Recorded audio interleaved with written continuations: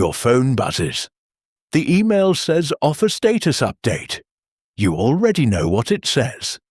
You lost the house. Again. It was perfect. 3 bedrooms, 2.5 baths, updated kitchen, walk-in closets, the backyard where your kids would play, the home office with the window. You could see yourself there. You showed it to your parents, twice. You measured the living room for your couch. You already knew which bedroom would be yours. Listed at $425,000. Your budget, $450,000 max. You had $25,000 of wiggle room. We can go a little over asking, your agent said. It's a competitive market. You thought you had a shot. The showing. You arrived 10 minutes early. There are already 12 cars. Couples walking through with measuring tapes and notebooks. Investors making phone calls on the lawn. A man in a Tesla takes photos of every room. You feel it in your stomach. You're not alone. You submit your offer that night. $445,000. $20,000 over asking. Waived inspection. 10% down. Earnest. Money. $10,000. Escalation clause up to $460,000. You write a letter to the sellers. We're a young family. This is our dream home. You include a photo of your kids. Your agent says, this is a strong offer. You have a real chance. You believe her. They're reviewing offers tonight. You refresh your email every 5 minutes. Your spouse asks, did they respond? Not yet. You can't sleep. You check at 2 a.m. Nothing. You check at 6 a.m. Nothing. Finally, at 9:47 a.m., the email. Thank you for your interest. Unfortunately, the seller has accepted another offer. Your $445,000 wasn't enough. Your waived inspection wasn't enough. Your letter wasn't enough. You weren't even close. You call your agent. How much did it sell for? I can't disclose that, but it was significantly higher. 3 days later, it's public record. Sold $507,000. $82,000 over asking. You offered $445,000. They needed $62,000 more than your best offer. You were never in the game. The escalation clause didn't even trigger. 2 weeks later, you drive by.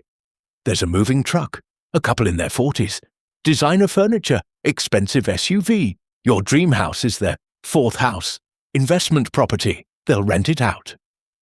On Instagram, new addition to the portfolio. You're not alone.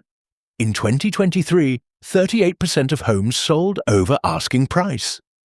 In competitive markets, that number hits 65%. The average winning bid, $24,000 over asking. In hot markets, $50,000 to $100,000 over asking. First-time buyers lose an average of 5.7 bidding wars before winning. 43% of first-time buyers say they felt discouraged and considered giving up. The median home price increased 47% from 2019 to 2024. But your salary only went up 12%. You're not losing because you're doing something wrong. You're losing because you can't compete with cash buyers, investors, and people buying their 3rd house. You go back on Zillow. New listing. Just listed. $438,000. It's not as nice as the last one. Smaller yard. 1 bathroom. Older kitchen. Appraisal contingency. You're stretching appraisal contingency. You're stretching beyond your pre-approval. We'll make it work, you tell yourself. 2 days later. Unfortunately, the seller has accepted another offer. You've lost 4 houses in 3 months. You've written 4 earnest money checks. You've spent $800 on inspections you never used. Your agent keeps saying, the right house will come along. But you're starting to wonder if you'll ever own anything. Your lease ends in 60 days. You have two options. Keep losing bidding wars, or settle for something you don't want. You find a house. It's $30,000 more than you wanted to spend.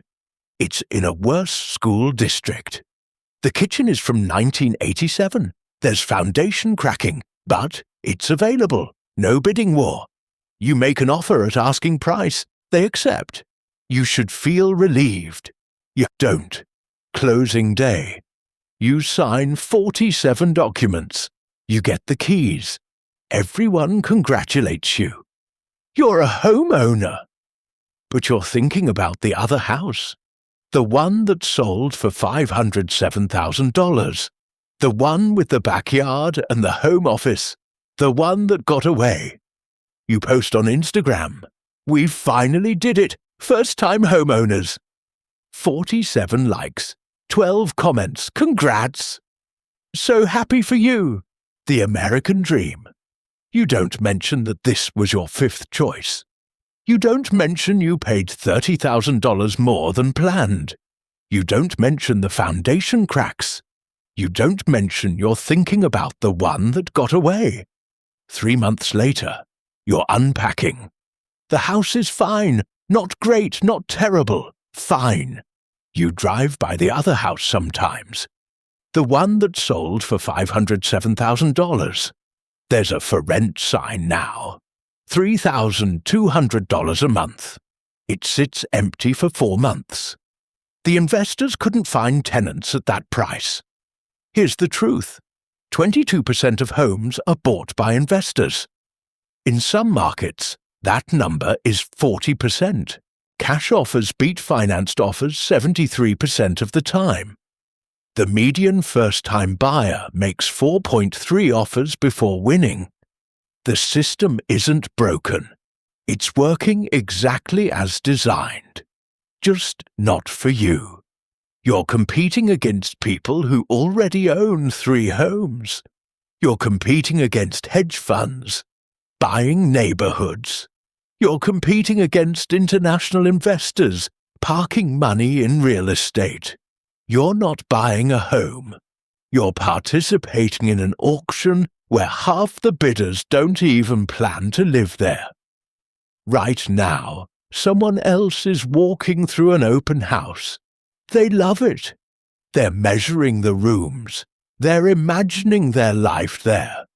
They're going to offer $20,000 over asking.